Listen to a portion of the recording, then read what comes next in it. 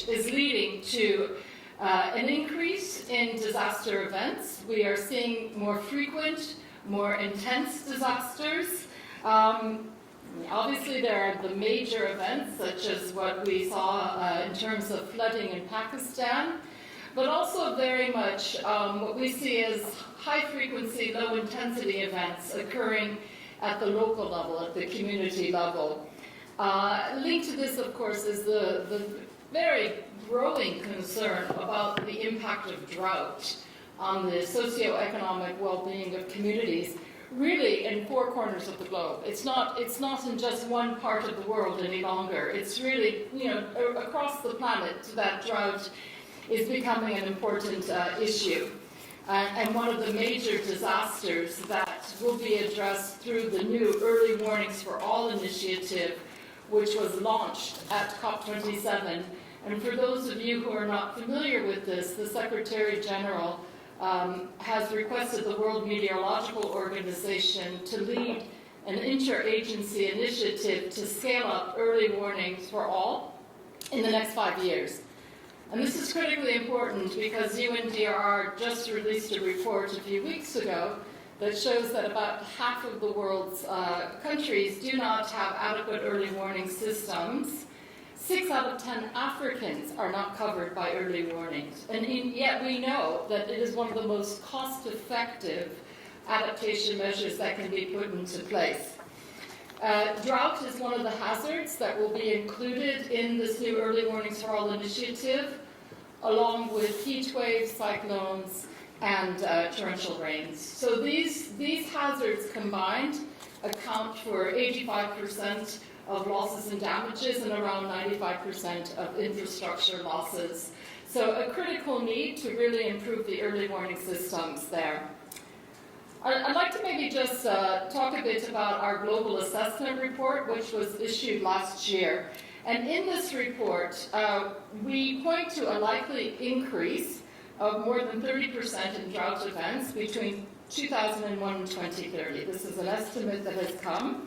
But what's expected is an average of 16 drought events per year from 2001 to 2010 to 21 per year by 2030. And of course, we know that it is the low and middle income countries that lose more than 10% more of their GDPs to disasters than high income countries. So the concern is obviously how drought and other disasters are affecting countries that are on the front line of the climate emergency, the most vulnerable, but also fragile context, where drought is intersecting with other types of threats, such as conflict or displacement. And we see this, of course, in contexts such as Afghanistan.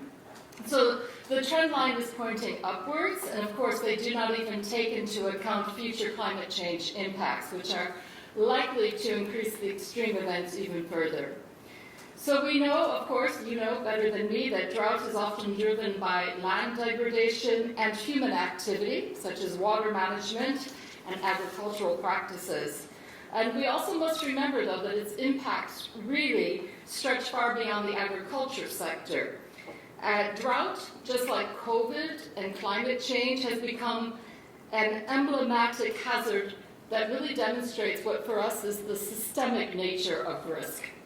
And this means that the complexity of managing drought risk requires a transformation in how we carry out risk management.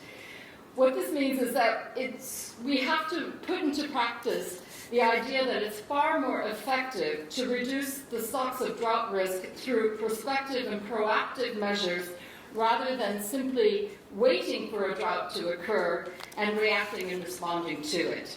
So hence we are calling for a far greater focus on prevention, because this will have far lower human, social, financial, and environmental costs in both the near and long terms. This means prioritizing prospective risk management measures such as land regeneration, green belts, reforestation, and vulnerability reduction. In 2021, UNDRR released a special report on drought, and we recommended some key actions that can reduce the risk of drought. The first was to invest in greater drought risk identification and mapping, strengthening multi-sector and multi-stakeholder approaches, accelerating adaptive social protection targeted to those most exposed to drought impacts, ensuring social accountability through increased public information and transparency, and scaling up financing for drought-related systemic risk reduction, including through increased adaptation financing, in particular to water-stressed countries. Earlier this year, UNDRR and the World Meteorological Organization established a Center of Excellence for Climate and Disaster Resilience, and the idea being that the impact of the climate emergency was such that the UN needed to join forces with other players such as the Red Cross movement, the International Science Council, to really see how collectively we could do a better job of supporting countries to manage climate and disaster risks. So we now have about 13 different agencies that are part of this group. And one of our proposed activities moving forward is to develop what we're calling solutions packages. These solution packages are really about how we can help countries avert, minimize, and address losses and damages from some of the key climate-related hazards. What we are seeing right now is quite a siloed approach at countries, where you have disaster risk reduction activities, adaptation over there, sectoral interventions here, development over there, humanitarian anticipatory action, scattered interventions, but they're not integrated fully, and they're not at scale to have the required result of reducing the potential losses and damages. So one of the very first solution packages that we would like to pull together is about drought and how you can draw from the different options that we have seen being employed in countries to really have a multi-sector, multi-scale approach, bringing in the different, a multidisciplinary approach, if you will, to really put in place ex-ante measures. And it is our hope, really, that we can collaborate with you, first of all, through the Center of Excellence, but also very much in pulling together these drought solutions packages. This is what we are being requested from countries. They receive support from perhaps one sector, but not the full spectrum of actions that need to be taken across the policy and programming the dimensions. And we hope that these solutions packages, including the solutions package on drought, will then be submitted through the UNFCCC processes as a normative basis for the Santiago network. And if you are aware, if you've been following UNFCCC processes, you will know that at COP27, there was agreement on setting up the Santiago network, which is a resource to catalyze technical assistance to countries to avert and minimize and address losses and damages. And of course, we know that drought is one of the very key issues that they would like to look at. So I would like to maybe leave it there, if I may, but we're very excited about this new alliance that has been formed on drought, and we would very much like to work with you in taking forward this work. Thank you very much. Thank you very much. Let's give a round of applause. Very good but brief presentation. I'm sure a lot came out of it. I now open the floor for comments, questions.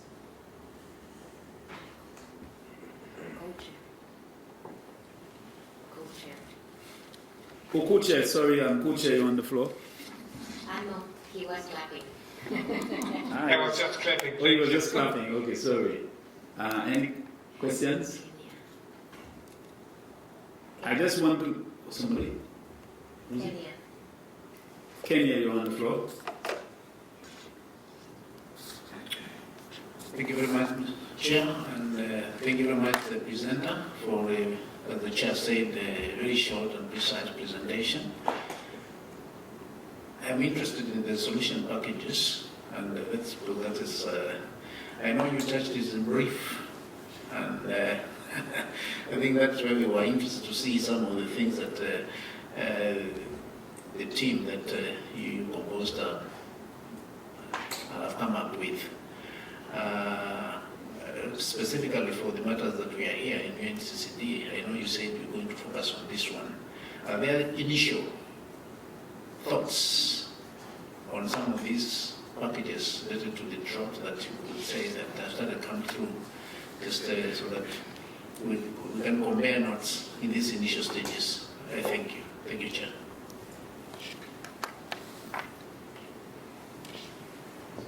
Thank you very much. Yes, the solutions packages are in the design phase, and we've just hired a consultant to undertake a consultation with end users and with partners to understand what would be the format and the content that would be most useful. So the idea of the solutions package was given to us through several of the members of the Center of Excellence that are aware of some of the options that sit within their domain, for example, FAO, but not aware specifically of what are some of the other sectoral interventions that would be needed to be put in place to enable better, I would say, averting and minimizing drought impacts. And so the consultant is going to be starting in the next 2 weeks, and we'll be reaching out to different partners, and we'll probably undertake some regional consultations as well. But it's not probably creating something new as much as it is compiling different types of information that are sitting in different agencies, sitting in different sectors, sitting at different scales, including case studies. And this is one of the recommendations that also emerged from our special report on drought.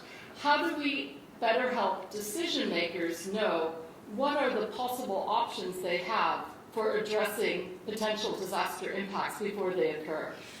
So we will be working, I hope, through the Alliance and with the UNCCD to develop packages that will be very practical and user-oriented, especially for decision makers, whether they sit in NDMAs or whether they sit in local government, but to provide them with a range of options based on what we know is working well in other contexts. But of course, you know, we will have to wait and see how this evolves. But that is the idea, the concept behind it. A drought is one, but there are other requests as well. Heat waves is another request that has been coming our way, as well as wildfires. And there's already work underway on floods. So this is kind of the idea. One of the issues for the Santiago Network, and I'm not sure of how much you are all aware of this, but this is a fund that's supposed to provide technical assistance to countries to avert, minimize, and address loss and damages. And so one of the challenges is to ensure that there's a normative basis for the technical support to be able to draw upon, whether it's a consultant, whether it's an agency, whether it's an NGO, that will be given resources to help countries. The idea is that if we can draw together what we know is working, best practices, it will help ensure that the Santiago Network and the other types of technical support being provided to countries is built on, or is, I would say, relying on the best evidence possible of what works well. So that's a bit of the concept behind it. Yeah, I think I'll leave it there.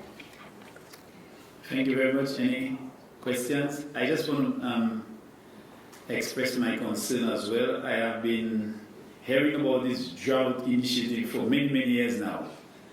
And now that I'm in the policy position as the minister, I would like to see some real action, and I mean action on the ground.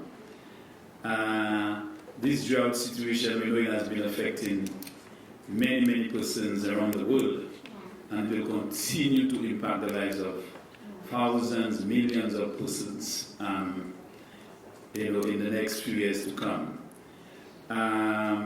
Whilst we have had a lot of discussion on how we are going to make things happen, action, but what is really a stumbling block for us is accessing finance to deal with the drought situation on the ground. Do you have any suggestions or recommendations as to how we can really expedite the process of, one, identifying funding sources and make those funds available for us to be able to undertake or implement action programs that will really impact the lives of the people who are directly or indirectly affected. For example, climate change has been around for many years, and we are still grappling to address climate change issues. Now we have the whole issue of food security, and that is a global problem compounded by the war in Ukraine, which is placing severe pressure on our farmers, our poor farmers, our fishers. And I know the funding sources have always been mentioned, the Green Climate Fund and GEF and FAO, but I believe there is an urgent need for us to review the process of accessing those financial resources to make those funds available at a much faster rate than is happening now. You submit a proposal in year one and it takes 3 years before the funds are available. Just imagine the pressures that can be placed on the poor farmers within a period of 3 years. I was just asking, and I'm curious to find out what can be done to address that problem and to make funds available for action on the ground to be able to address the problem head on. I will stop there, although I can say a little more, but I hate to continue having meetings and meetings and meetings and meetings, and at the end of the day, action is slow in coming. What can we do to drive this process to really, really deal with the major challenges and issues on the ground related to drought? I don't know what... I will try to give you some reflections, but I certainly don't have the magic bullet because I don't have access to those funds. It is a problem that came up quite a lot at COP27.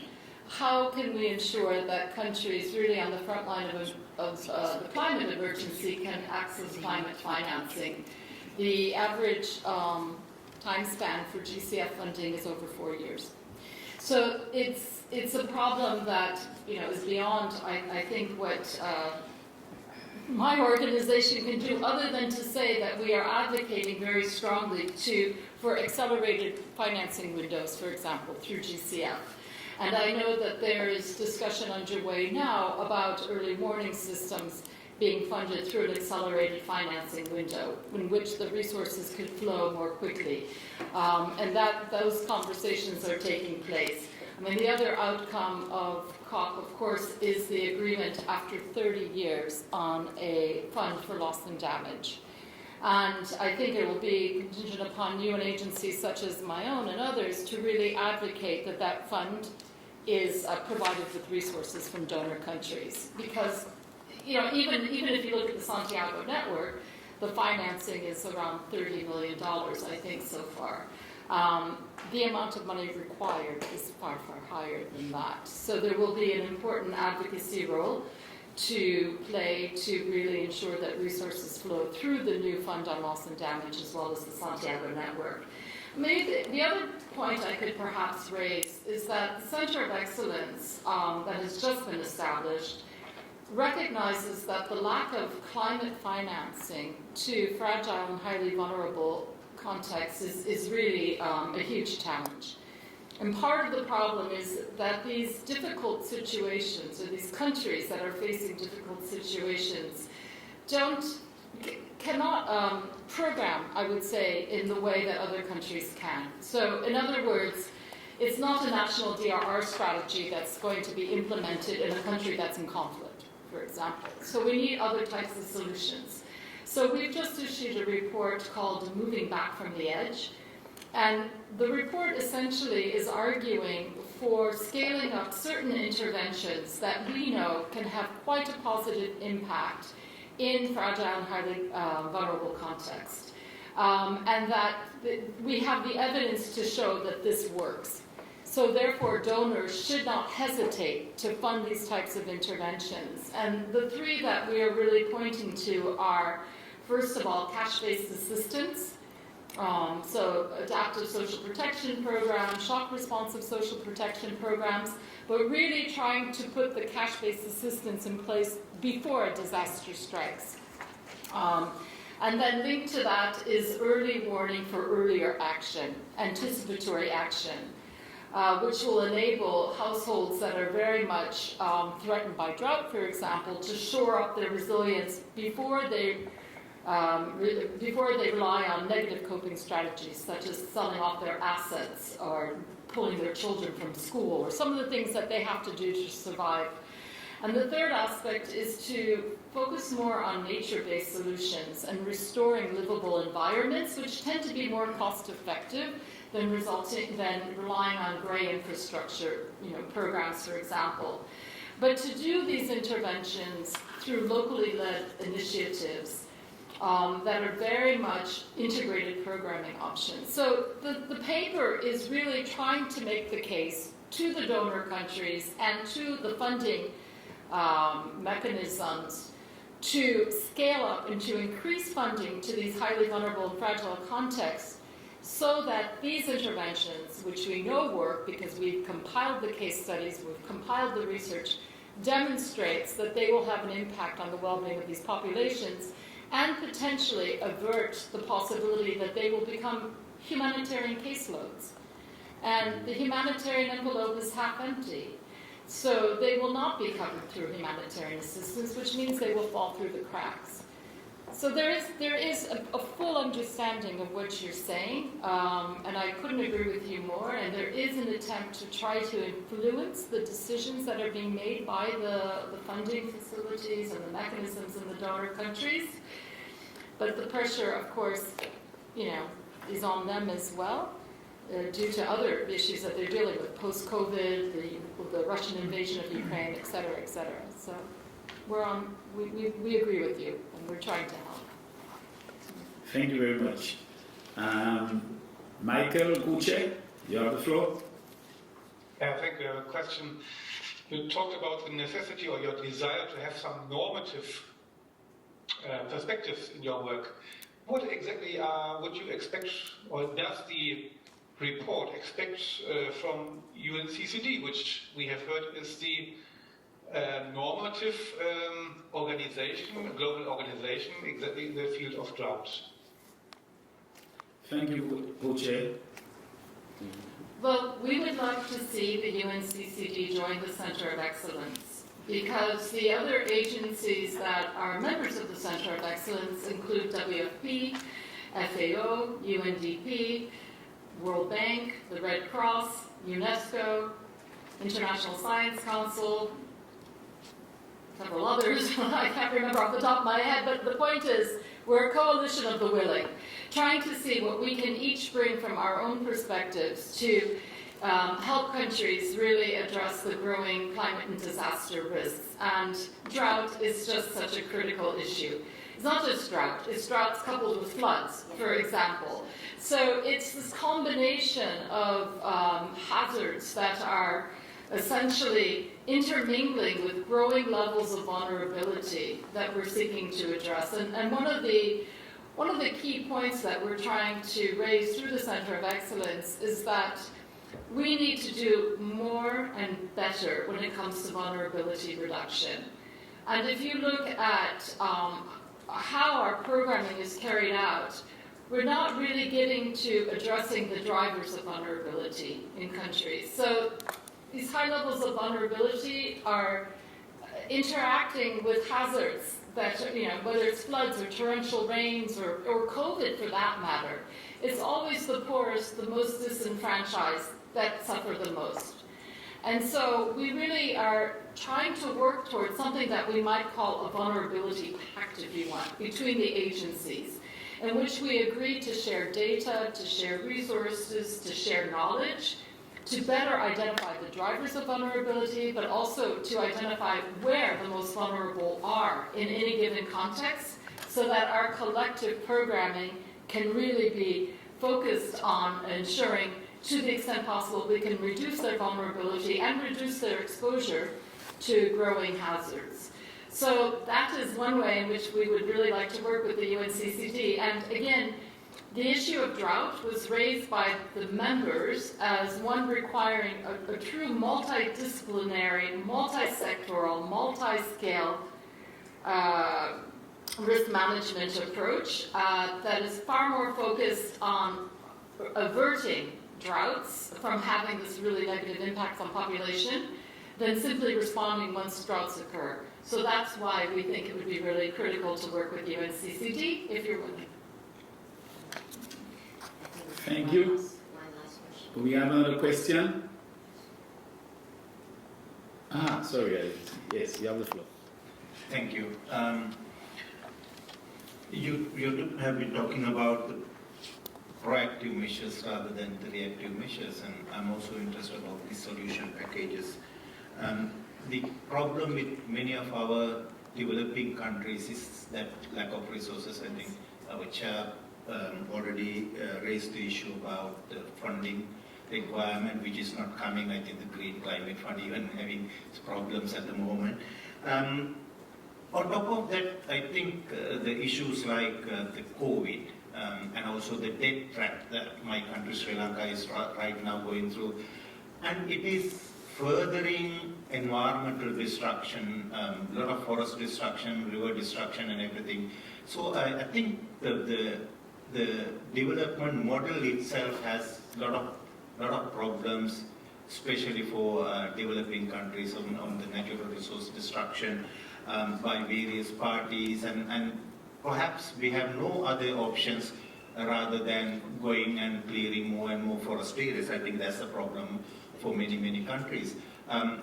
In this solution package, I'm interested in two things. One is about how we want to change this economic model, which is more based on the natural resources and the extraction of natural resources. Is the increase of the GDP in many countries. That's one. The second is that there are many small initiatives by the civil society organizations in many parts of the world, but because of the lack of resources, they are not able to replicate those issues. So is there any solutions bringing into these areas? I mean, I know that the government has the power, they have the capacity, but the civil society organizations are living very close to the communities, and they can easily convince the local communities. And if we have more resources, I think that's a better way to implement many of those initiatives. So what you can bring as in this solution package? Thank you. Thank you. Well, maybe to answer the second part first, I think you're absolutely right. That's why we talk about multi-sector, multi-scale. Because for us, the solutions are not simply sitting in one government ministries. It's very much at the local level. And so when you are looking at the types of interventions to scale up, for me, they are community-based, they could be sub-regional, they could be national as well. And we tend to often just look at the national level. But they can also be transboundary, obviously, when we talk about drought, for example. So what we're hoping is that the solution packages will be able to point to some really good local or community-based types of interventions that can be replicated, scaled up, learned from, so that the entire, how would you say, approach used by governments and communities really takes into account all of the different actors that need to come together in their interventions in order to have the type of impact that's required. So that's on the one hand. But like I said, these solution packages are just now being designed, and it will go through a consultative process. So if you'd like to be consulted by the team that's pulling it together, I mean, it sounds like you have fabulous ideas. We'd love to come back to you and ask you to be part of that so that we can design it in a way that's most effective. On your issue around development, I mean, we couldn't agree with you more. It's the development decisions that we are making every day that is increasing disaster risks.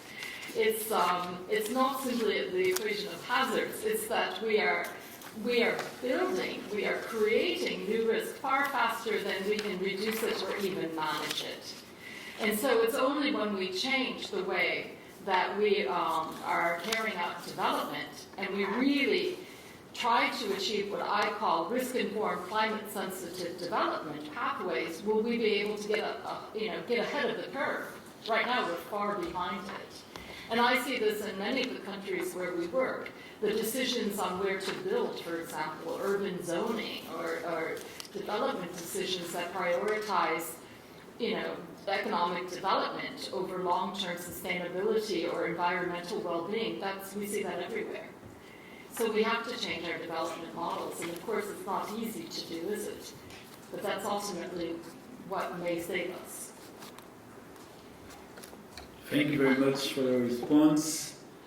Any other questions or concerns? Mr. Michael, co-chair, are you okay? Any? He's not here. Oh, he's not. Okay. He's there. Okay. Co-chair, any other questions? I would love to have a little bit more of precision on the role of UNCCD, but maybe that is too much demanded. Because that is a unique opportunity here to ask an international consortium, which works on drought and has not integrated UNCCD up to now, what they would like to have from UNCCD. That could really inspire us. So this international consortium is open to any actors, right? It's on a opt-in basis. But what we're looking for is your expertise in drought and how that can be brought to the other organizations that are also playing a role, perhaps more indirectly. But obviously, all of these organizations that are members of the Center of Excellence are working at the country level and helping countries manage disasters, or especially on the risk reduction side, but also the adaptation side. So I think it's really up to UNCCD to define how you think you can best contribute to this collective effort to support countries to be better, I would say, prepared for a climate emergency, which is bringing increased disaster risks, and what your expertise is will be up to you to decide. But in any case, I hope it's the beginning of a conversation, and we can further define that. But obviously, I think the drought solutions package, which has been asked to us, will be a starting point where we can collaborate together. Can we give a round of applause?